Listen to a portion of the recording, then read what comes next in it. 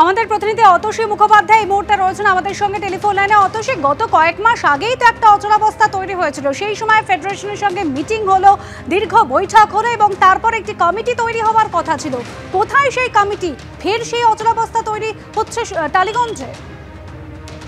একেবারেই তাই। দেখো, একই রকম অচলাবস্থা কিন্তু দেখা গিয়েছে আবারও, কারণ সৃজিত রায়ের আসন্ন ধারাবাহিক যেটি সেটের কাজ চলছিল তা ইতিমধ্যেই বন্ধ রয়েছে কাজ, এবং তারই পাশাপাশি টেকনিশিয়ানদের একাংশের দাবি যে তাদের বেশ কিছু দাবি রয়েছে। তার মধ্যে সৃজিত রায়, যিনি টেকনিশিয়ানদের এগেনস্টে কিছু কথা বলেছিলেন রাহুল মুখোপাধ্যায়ের ঘটনার সময়, তাই সেটিরই রেশ, কাজ বন্ধ। আবার পরিচালকদ্বয় চাইছেন যাতে সুরাহা হয় এবং ঘটনার দ্রুত মীমাংসা হয়, এবং সব মিলিয়ে এই মুহূর্তে কিন্তু অনেকগুলি ধারাবাহিকের শুটিং বন্ধ রয়েছে সূত্র মারফত জানা যাচ্ছে। আবার বেশ কিছু ধারাবাহিকের আংশিক শুটিংও চলছে। তবে টেকনিশিয়ানদের একাংশের দাবি এবং তাদের বক্তব্য যে তাদের দাবি না মানা হলে কারা থেকে হয়তো স্ট্রাইক হতে পারে এবং আবারও কর্মবিরতির একটি সম্ভাবনা হতে পারে। তবে পরিচালকরা এসে টেকনিশিয়ানদের সাথে কথা বলেছেন, বেশ কিছু সূত্র মারফত জানতে পারছি তাদের সঙ্গে বেশ খানিকক্ষণের টাইম দেওয়া হয়েছে, যে সেই টাইমের মধ্যে শুটিং যদি না চালু হয় তবে কিন্তু ডিরেক্টরের যে অংশ তারাও পদক্ষেপ নেবেন এই বিষয়ে। তো বারবার এই ধরনের ঘটনা, কমিটি গঠন না হওয়ারও ক্ষোভ প্রকাশ করেছেন সুরেশনা রায়।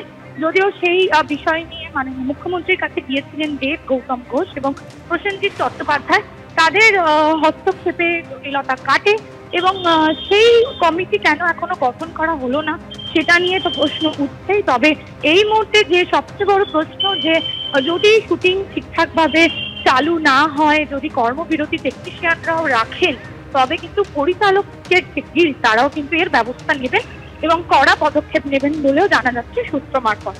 একেবারে অতসী, এটাই প্রশ্ন, পদক্ষেপ কবে নেওয়া হবে? এবং যেভাবে বারবার করে টালিগঞ্জে অচলাবস্থা তৈরি হচ্ছে, পরিচালক প্রযোজকরা তারা কিন্তু একটা সুরাহা চাইছেন।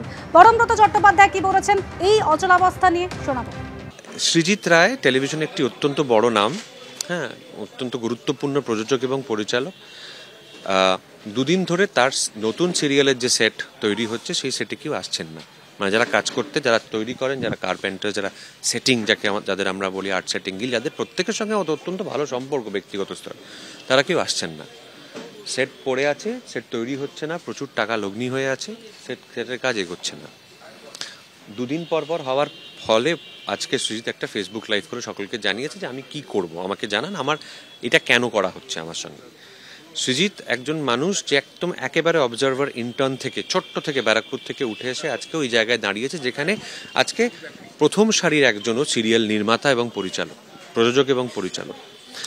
তার সঙ্গে যেটা করা হচ্ছে, আমি যদি ধরে নিলাম সে কোনো ভুল করেছে, সে কোনো অন্যায় করেছে, সেই অন্যায়টা আদৌ অন্যায় কিনা সেটা খতিয়ে দেখার প্রশ্নটা পরে আসছি। আগে বলছি যে ধরে নিলাম করেছে, তো তার একটা ইমেল, একটা চিঠি, একটা শোকজ প্রাপ্য নয় যে এরকম একটা ঘটনা ঘটেছে, আপনি কেন করছেন? বিনা বাক্য বা একটা গোটা গিল্ডকে তাদের সঙ্গে অসহযোগিতা করতে বলা হচ্ছে। আমরা তো বসতে রাজি, আমরা তো বসবো বলেই আমরা, যখন মাননীয় মুখ্যমন্ত্রী জুলাই মাসের শেষে বলেছিলেন যে একটি কমিটি তৈরি হবে ফেডারেশনের এখতিয়ার দেখতে, আমরা তো অপেক্ষা করে বসেছিলাম। কিন্তু আনফর্চুনেটলি সেই কমিটি তো তৈরি হয়নি 4 মাস পরেও। কাউকে না জানিয়ে, কিচ্ছু না জানিয়ে, কোনো খবর না দিয়ে একদিন সকাল থেকে একটি গিল্ড ফেডারেশনের নির্দেশে তারা কর্মবিরতিতে চলে গেছে, কেউ আসেনি।